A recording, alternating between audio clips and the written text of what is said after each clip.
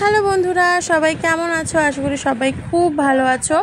Video আসতে একটু late হচ্ছে কারণ আমার এক্সাম চলছিল, ওই জন্য। তো তোমরা প্লিজ কেউ কিছু মনে করো না।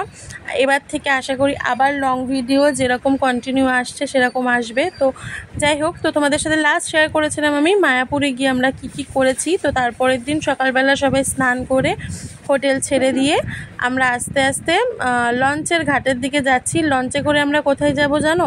আমরা যাচ্ছি নবদ্বীপে। আগের একবার আমি মায়াপুরে এসেছিলাম, নবদ্বীপে নয়, আমি মায়াপুরে এসেছিলাম, কিন্তু সেই সময় আমরা নবদ্বীপে যেতে পারিনি। তো মানে এসেছিলামই আমরা মায়াপুরে কিছু ঘন্টার জন্য।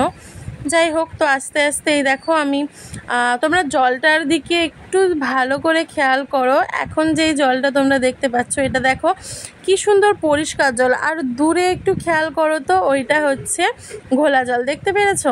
আমি যতটা সম্ভব পেরেছি তোমাদেরকে ভালোভাবে দেখানোর চেষ্টা করেছি। আমি সত্যি কথা বলতে এক্স্যাক্ট আমি বলতে পারবো না, কিন্তু আমি যা শুনেছি ওটা হয়তো রাধাকুঞ্জ শ্যামকুঞ্জ, মানে আর কি পরিষ্কার জল আর ঘোলা জলের মিলনস্থল হচ্ছে এইটা। তো আমি তোমাদেরকে ভালো করে দেখিয়ে দিচ্ছিলাম। ওই দেখো দূরে আর একটা লঞ্চ এরকমভাবে যাচ্ছিল। এই জায়গাটায় তোমরা যতবারই আসবে না, এতটা শান্ত জায়গাটা আমার খুব ভালো লেগেছে। মানে এই জলের মধ্যে আমার জল এমনিও বরাবরই খুব পছন্দের। তো যাই হোক, এই দেখো জলটার ওপর দিয়ে আমরা যাচ্ছিলাম, মানে এটা গঙ্গা আর কি।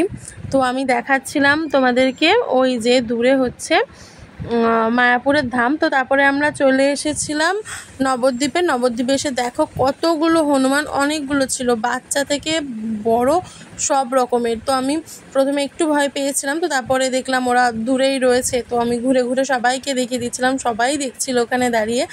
তো আমি একটু ভিডিও করে নিচ্ছিলাম। তো তারপরে বাবা আর সবাই মিলে টোটো ঠিক করলো। তো তারপরে আমরা চলে আসলাম রাধা রানীর মন্দিরে। এইটা হচ্ছে শ্রী রাধা রানীর মন্দির। মন্দিরটা এত সুন্দর, মানে খুব ঠান্ডা। ভেতরে ঢুকলে তোমরা বুঝতেই পারবে না, মানে আমি বাইরে এতটা গরম আর বাইরে পরিবেশটা এতটা ঠান্ডা, কোনো চিৎকার নেই, কোনো কিছু নেই।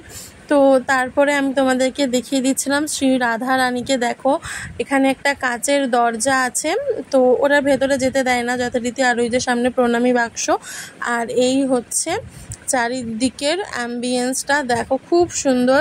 এই যে এখন আমরা গুপ্ত বৃন্দাবন যাচ্ছি।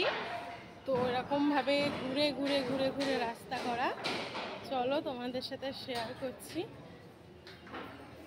তো তারপরে এই দেখো আস্তে আস্তে আমরা প্রবেশ করলাম গুপ্ত বৃন্দাবনে। এখানে পুরনো দিনের সব রকম, মানে যা যা হয়েছিল, কৃষ্ণের লীলা থেকে শুরু করে কৃষ্ণের জন্ম, মানে পুরনো দিনের সব ঘটনাগুলোকে এই যে পুতুলের মাধ্যমে, মানে মূর্তির মাধ্যমে এখানে বোঝানো হয়েছে। আমি সব ঘটনা তো মানে জানি না যথারীতি, তো আমি যেগুলো জানি সেগুলো বুঝতে পেরেছি, সেগুলো তোমাদের সাথে বলছি। আর যেগুলো আমি জানি না সেগুলো আমি বলতে পারবো না। মানে আমি বাবার কাছে শুনেছিলাম, দেখো ওপরে লেখাও রয়েছে। আমি মানে ভিডিও করছিলামও, করতে করতে সেই লেখার ভিডিওটা আমার কাছে ডিলিট হয়ে গেছে।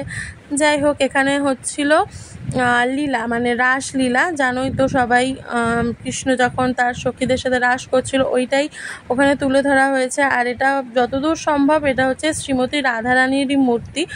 আমরা সবাই ওখানে প্রণাম করে নিচ্ছিলাম। তো তারপরে এই দেখো এইখানেও সব কিছু করা রয়েছে। আর তার মধ্যে জানো তো কারেন্ট অফ হয়ে গেছিলো, ওই জন্য ভেতরের লাইটগুলো কিছু কিছু মানে যেগুলো ছিল ওইগুলোও বন্ধ হয়ে গেছে। আমি মানে ভিডিওতে যতটা পেরেছি আর কি ততটাই আনার চেষ্টা করেছি। তো তোমরা দেখো, আমি এই ভিডিওটাতে শুধুমাত্র নবদ্বীপে আসা আর রাধারানীর মন্দিরটারই ভিডিও শেয়ার করলাম। তো আরও ভিডিও আছে, আমি এবার চেষ্টা করব খুব তাড়াতাড়ি ভিডিও নিয়ে আসার। তো আশা করছি তোমরা কয়েকদিনের মধ্যে ভিডিও পেয়ে যাবে। তো ভালো লাগলে ফলো করতে ভুলো না। আজকের মতো টাটা।